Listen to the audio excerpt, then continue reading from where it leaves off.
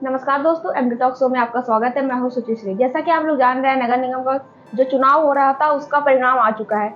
तो आज हमारे साथ है बीजेपी से जीते हुए राजरूपपुर से, जो वार्ड संख्या 54 लगता है, मिथिलेश कुमार जी, मिथिलेश कुमार सिंह जी। तो आइए उनसे बातचीत करते हैं और जानते हैं कि वो जो इस चुनाव को जीते हैं, राजरूपपुर का पार्षद बने हैं, वो क्रेडिट किसको देंगे और क्या वो जनता के लिए अब नया सोच के आए हैं, जनता के लिए क्या करेंगे। तो आइए मिथिलेश जी से बातचीत करते हैं और जानते हैं। तो सबसे पहले तो आपको बहुत बहुत बधाई। बहुत बहुत धन्यवाद आपको।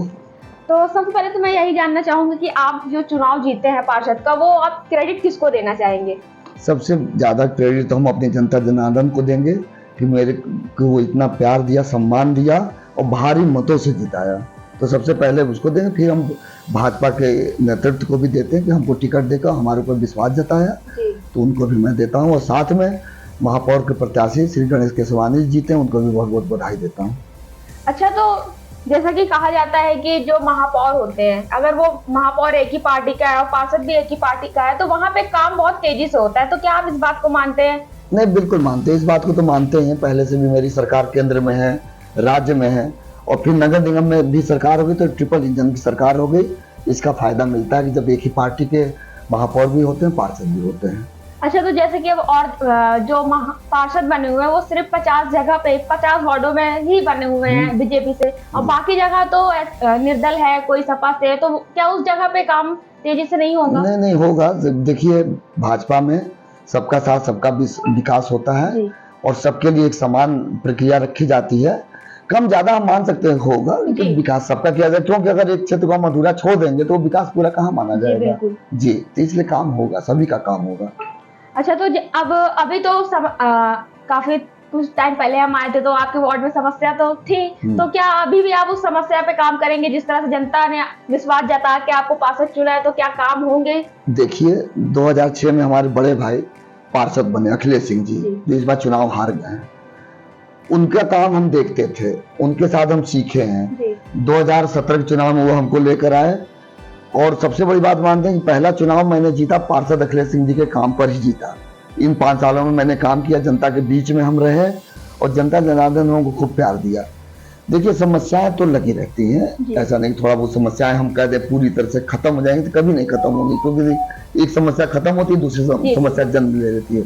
लेकिन आप अगर देखिए कि हमको इतना भारी मतों से जनता जिताई, तो कहीं ना कहीं समस्याओं को मैंने निवारण कराया है और ये आगे भी कराते रहेंगे और जनता के बीच में रहेंगे।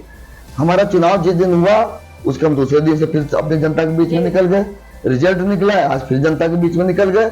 हम बधाइयां लेने के लिए नहीं निकले, अपना काम को हमने फिर देखना चालू कर दिया।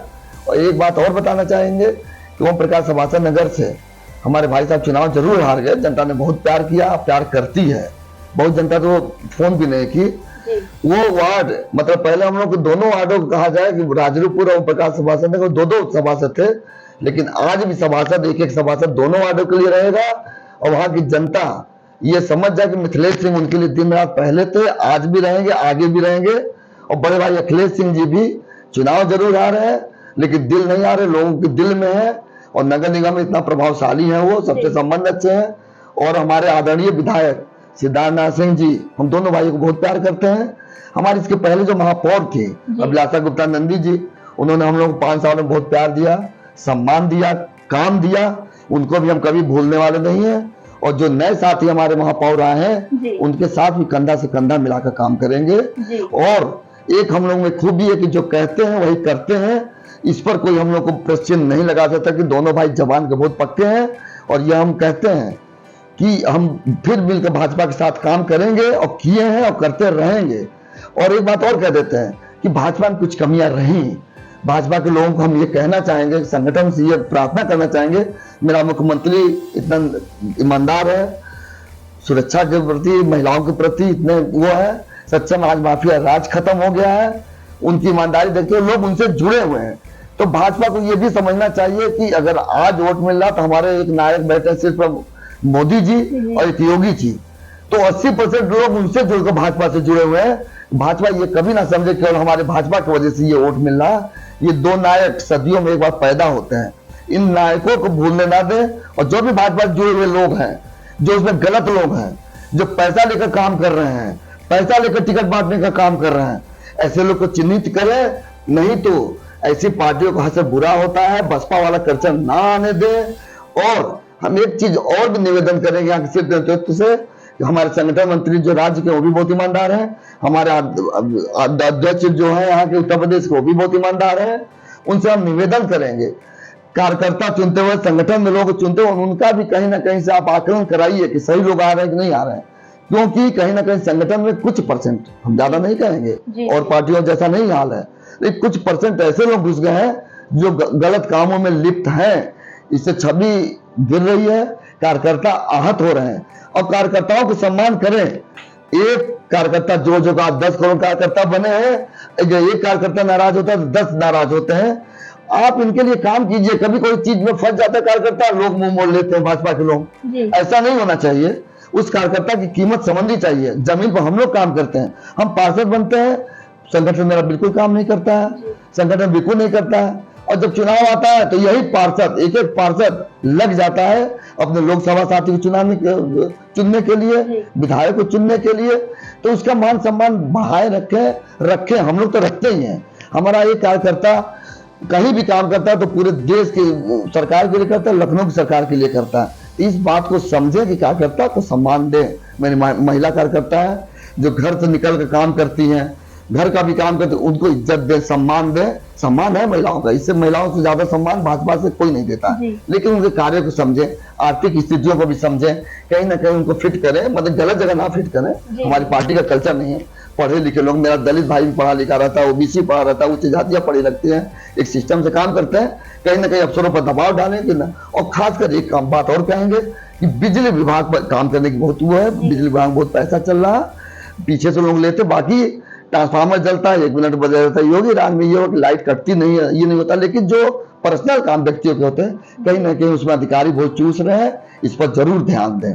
अच्छा, तो जैसे कि आप नाराजगी व्यक्त कर रहे हैं, तो क्या जो भी ये आप जिस तरह से बोल रहे हैं घूसखोर, ऐसा कुछ आप बोल रहे हैं? नहीं, घूसखोर नहीं है। कुछ लोग ऐसे कल्चर के आ गए 2%, आप पूरे को नहीं कह सकते हैं। देखिए, हमारी बात को पूरा रखिएगा।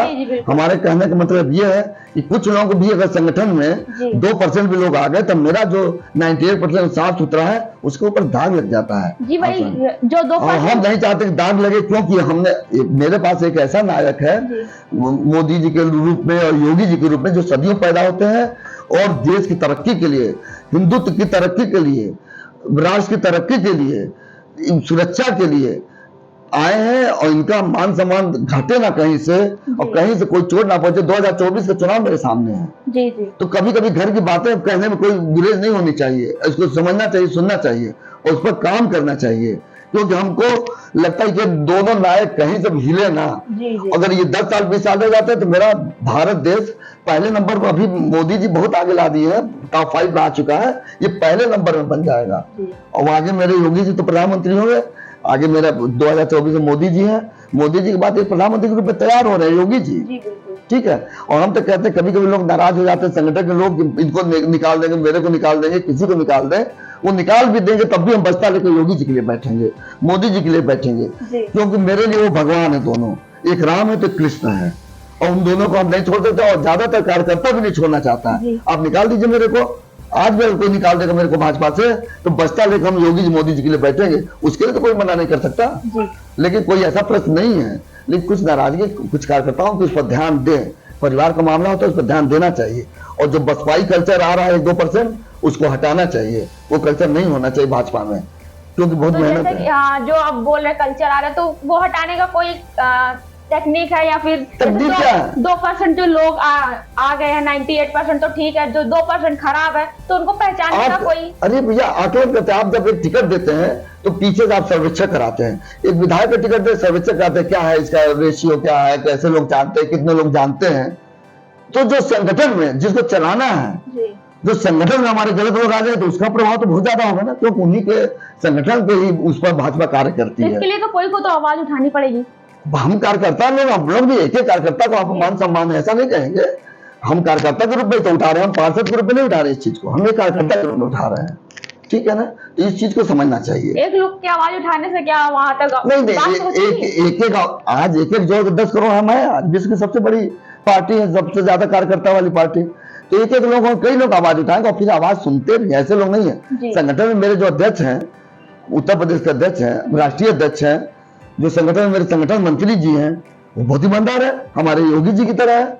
ईमानदारी से वो अपनी कार्यकर्ता की बात सुनते हैं, हम लोग की बात सुनेंगे। कोई गलत होगा तो उसको भी वो पनिशमेंट करें, हटाए उसको, बाहर तुरंत बाहर का रास्ता दिखाए, क्योंकि ये कल्चर बहुत खराब कल्चर है। हमारे ये भाजपा का वो कल्चर नहीं हो सकता। चलिए, अच्छा अब पार्षद पे आ जाते हैं।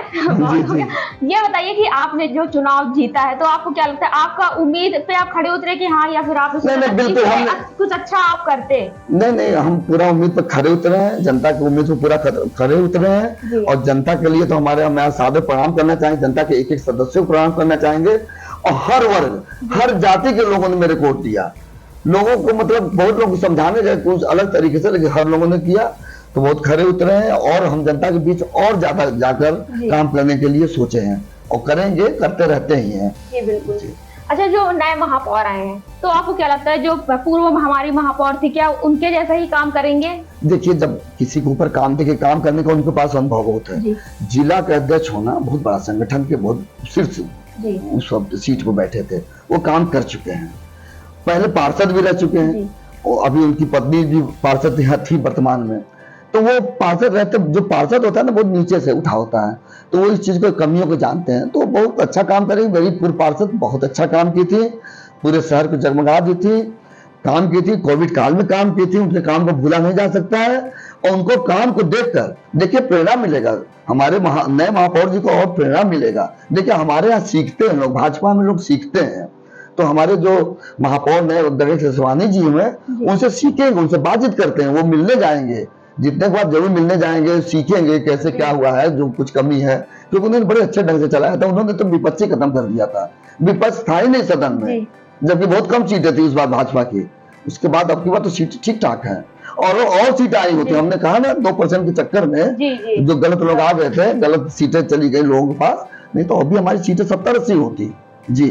अच्छा, जो आपने चुनाव जीता है पार्षद का, तो आपको क्या लगता है, आप अपने व्यक्तिगत व्यवहार की वजह से जीते, या फिर आपका जो पार्टी का सिंबल था उसकी वजह से? देखिए, कहीं ना कहीं सिंबल का प्रभाव पड़ता है, लेकिन हमारी जनता जनार्दन ये कहती रही कि आप चाहे जैसे लड़ो भैया, हम आपके साथ में हैं, और आपको वोट हमको देना, आप ही को देना, हमको किसी के बारे में सोचना ही नहीं है, क्योंकि आपने 5 साल जो मेहनत किया, हमारे बीच में रहे, सुख दुख में रहे। और एक बात और बता दूं, पार्षद रहे या ना रहे, हम जब पार्षद जीत कर जब गए तो जनता के बीच मैंने एक ही बात कहा था कि आप मेरे को जोड़े रहिए, कल पार्षद के लिए हम नहीं चाहते, आप हम घर से जुड़ाव चाहते हैं, और लोग घरों तक मेरे को जोड़े रहे, और ये जुड़ाव हम आगे भी चाहते हैं। और बड़े भाई हम दोनों लोग, भले वो चुनाव हार गए, दोनों लोग अपनी जनता के बीच में दिन रात अभी भी रहेंगे। इस शौक के लिए हम लोगों ने पार्षद नहीं चुना है, ये हम लोग का एक अंदर से कि कुछ करना है समाज के लिए और अपनी जनता के लिए। उनके बीच में अभी दोनों भाई डट कर रहेंगे, और जनता से निवेदन करते हैं कि आप जब भी जरूरत हो, रात पहले जैसे फोन करते हैं, आज भी फोन करेंगे, दोनों भाई आपके लिए हाजिर है। जिस पिता के पुत्र यहाँ पर नहीं है, वो पुत्र के रूप में हमको याद करें, 2 बजे रात को ये पुत्र बनकर हम उनके पास जाएंगे। जिस बहन के पास भाई नहीं है, वो हमको याद करें, हम भाई बन के जाएंगे। और मतलब आप समझ, जिन माताओं के पास पुत्र है, हम बिल्कुल पुत्र बन के जाएंगे, आप निश्चिंत रहें, वो उनके बीच ही में रहना मेरे को। चलिए मिथिलेश जी, बहुत बहुत धन्यवाद, आपने हमारे बहुत बहुत धन्यवाद, MTTV को बहुत बहुत धन्यवाद। तो जैसा कि आप लोगों ने देखा, हमारे साथ अभी थे वार्ड 54 राजरूपपुर से मिथिलेश कुमार जी।